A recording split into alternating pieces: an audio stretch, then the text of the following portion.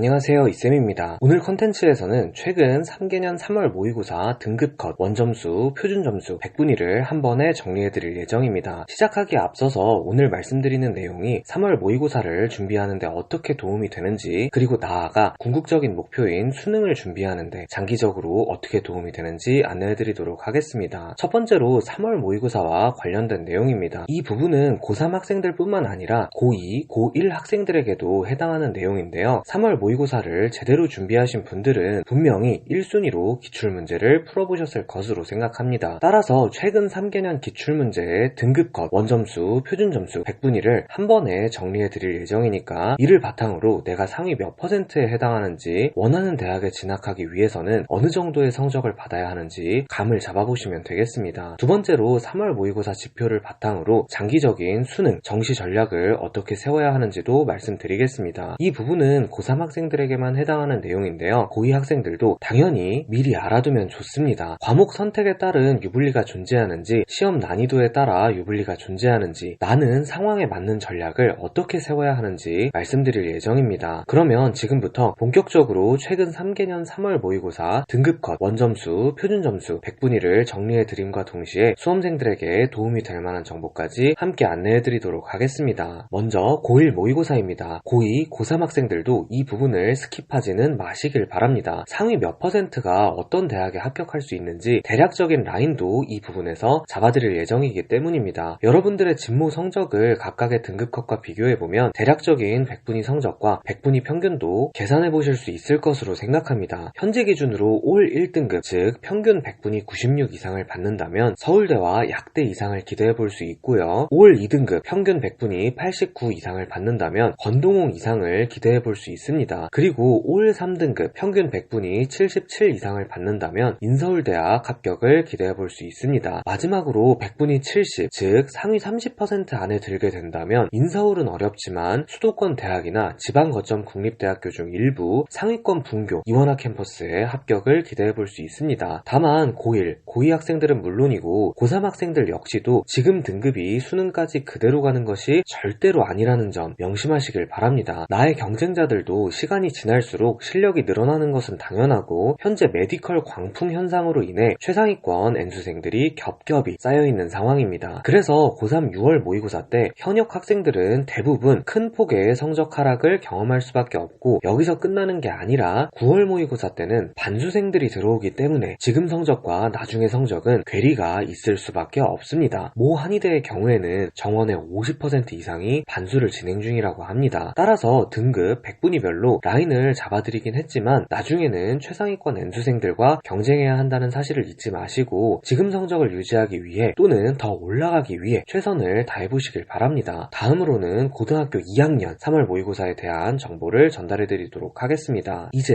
고2 모의고사입니다. 마찬가지로 내용면에서 부연 설명을 할 부분이 존재하니까 다른 학년 학생들도 이 부분을 스킵하지는 마시길 바랍니다. 국어와 수학은 고1 파트 설명 때 라인을 잡는 걸 알려드렸으니까 알려드린 내용과 숫자를 잘 확인하며 내 상황을 파악해 보시길 바라겠고요. 여기서 추가로 말씀드릴 내용은 고2 때부터는 탐구 과목이 정식으로 수능에서 응시하는 과목으로 바뀐다는 겁니다. 이때는 어떤 과목을 선택하는지에 따라서 유불리가 나타나기 때문에 전략적인 선택을 하셔야 합니다. 보시면 알겠지만 과목별로 받을 수 있는 최고점이 다릅니다. 사탐의 경우 생활과 윤리를 선택했다면 만점을 받아도 표준 점수가 67점이 나오고, 세계사를 선택했다면 만점을 받게 되면 표준 점수가 79점이나 나옵니다. 과탐의 경우 생명과학을 선택했다면 만점을 받아도 표준 점수가 65점이 나오고, 지구과학을 선택했다면 만점을 받았을 때 표준 점수가 75점이 나오게 됩니다. 이렇게 되는 이유는 1등급 컷이 40점일 때 50점을 받는 학생과 1등급 컷이 47점일 때 50점을 받는 학생의 실력은 똑같은 만점이라도 다를 확률이 높기 때문입니다. 당연히 문제가 어려움에도 만점을 받는 학생의 실력이 더 뛰어날 확률이 높겠죠. 단 만점을 받은 경우를 제외했을 때는 탐구 과목 선택에 대한 유불리는 크지 않고 만점이 목표인 학생이라 할지라도 과목별 난이도는 매년 달라지고, 이를 예상하는 것은 불가능하기 때문에 나의 흥미나 정이 확실한 상황이라면 너무 전략적으로만 접근하지 말고 순수하게 나의 흥미와 적성을 고려하여 과목을 선택하셔도 됩니다. 아직 시간은 많이 남았으니까 열심히 공부를 해보면서 준비하면서 어떻게 해야 최선의 선택을 할 수 있을지 끊임없이 고민해 보시길 바랍니다. 마지막으로 고3 모의고사입니다. 아무래도 고3 학생들이 다른 학년에 비해 훨씬 많은 관심을 가지고 계실 거라 생각합니다. 그러나 마찬가지로 내용적인 코멘트도 함께 드릴 예정이기 때문에 어차피 나중에 수능을 응시해야 하는 고1, 고2 학생들도 잘 들어주시면 좋을 것 같습니다. 이제부터는 표준점수 얘기를 조금 더 깊게 해보도록 하겠습니다. 실제로 상위권 대학들은 대부분 100분위보다는 표준점수를 반영하고 있습니다. 그래서 전략적인 부분에 대해서도 코멘트를 드리도록 하겠습니다. 표준점수의 유불리는 두 가지 측면에서 바라보는 것이 좋습니다. 첫 번째로는 내가 준비할 수 없는 유불리고요. 두 번째는 내가 준비할 수 있는 유불리입니다. 첫 번째 요소의 경우에는